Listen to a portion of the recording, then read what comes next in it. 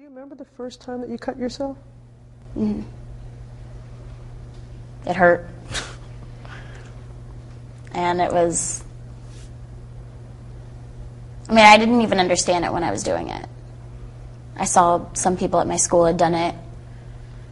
I saw someone on TV do it. And I thought, this is a way to deal with how you're feeling. Just, you know, other people are doing it, it's fine. I was 11. You were 11 when you cut yourself for the first time. What did you feel from it? It was a way of expressing my own shame of myself on my own body. I was matching the inside to the outside, and there were some times where my emotions were just so built up, I didn't know what to do, and the only way that I could get instant gratification was through an immediate release on myself.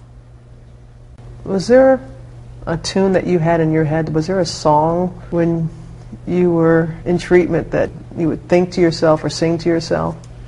Yes, I had a few songs. One of the songs I actually have tattooed on my rib cage right here, and it says, "You Make Me Beautiful," and it's a song called Beautiful by Bethany Dillon.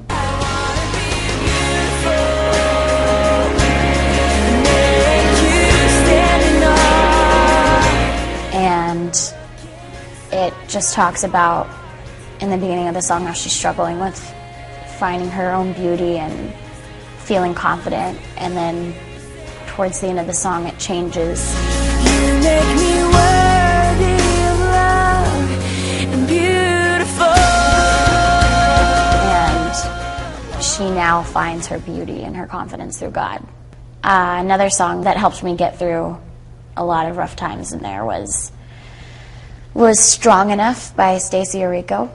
He took my life into his hands, which is another Christian song, and it's beautiful. It helped me so much. So, Stacey Orico, thank you. She's famous for her winning smile and her wholesome charm. Like you're one of us. Hi, I'm Sunny. For the little girl from Dallas, Texas, the desire to perform was homegrown. Her mom, Diana, was an aspiring country singer and Dallas Cowboys cheerleader. And for her daughter, Demi, it was the classic tween musical, Camp Rock, that catapulted the young talent to stardom. Demi was living a teenager's dream. Movies. This is going to be the best summer ever. Her own television show, Gold Records, and dating teen heartthrob Joe Jonas. But away from the spotlight, a hidden shame. Before her rise to fame, Demi spent years secretly battling an eating disorder. She says it all started in early childhood when bullies constantly teased her and called her fat. I'm a very strong advocate for anti-bullying, but I've never been able to say this is why I am such an advocate for it, because from when I was bullied until now, I've suffered an eating disorder from the things that were said to me. Did it lead to a form of depression? Yes, definitely. Can you explain more about that period of your life? The period of my life that I went through was really dark, and I became very depressed, and my only way of really coping with it was through my eating disorder. So I just stopped eating, and that was my way of coping with it. Her depression would eventually lead to urges to cut herself.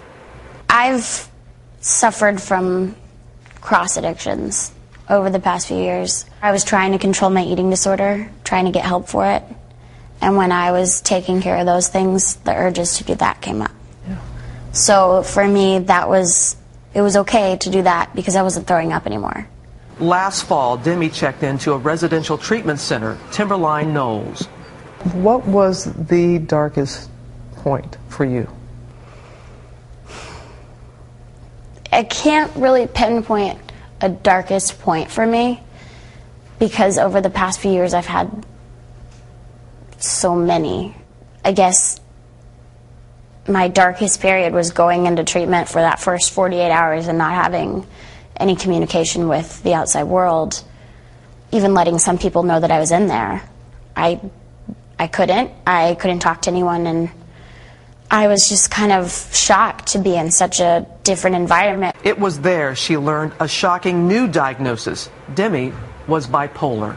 I had no idea that I was even bipolar until I went into treatment. I was actually manic a lot of the times that I would take on workloads, and I would say, yes, I can do this, I can do this, I can do this. I was conquering the world, but then I would come crashing down, and I would be more depressed than ever. During 3 months of inpatient treatment, Demi learned new ways to manage her emotions. Today I'm learning how to cope with issues and cope with urges and things like that in healthy ways. Like, I've picked up knitting. Who would ever thought that, like, I knit on a Saturday night, like, watching TV? I totally do. I'm a knitter. Lovato says it was the thought of her little sister Madison, the young star of Desperate Housewives, that got her through her darkest days of treatment. I had to think of her all the time when it was really, really rough, but I just kept thinking, okay, set this example for your little sister. And even though it may be hard to, like, wake up in the morning, there were days where I just didn't want to get out of bed. And looking at a picture of my little sister on my little bulletin board was one of the main things that kept me going. For Demi, there is hope for all in what she once battled alone. If I can prevent one person today from having the wrong friends, from cutting for the first time, to embarking on a horrible long journey with an eating disorder, if I can just change one life by this message, by saying, don't go there, then I'm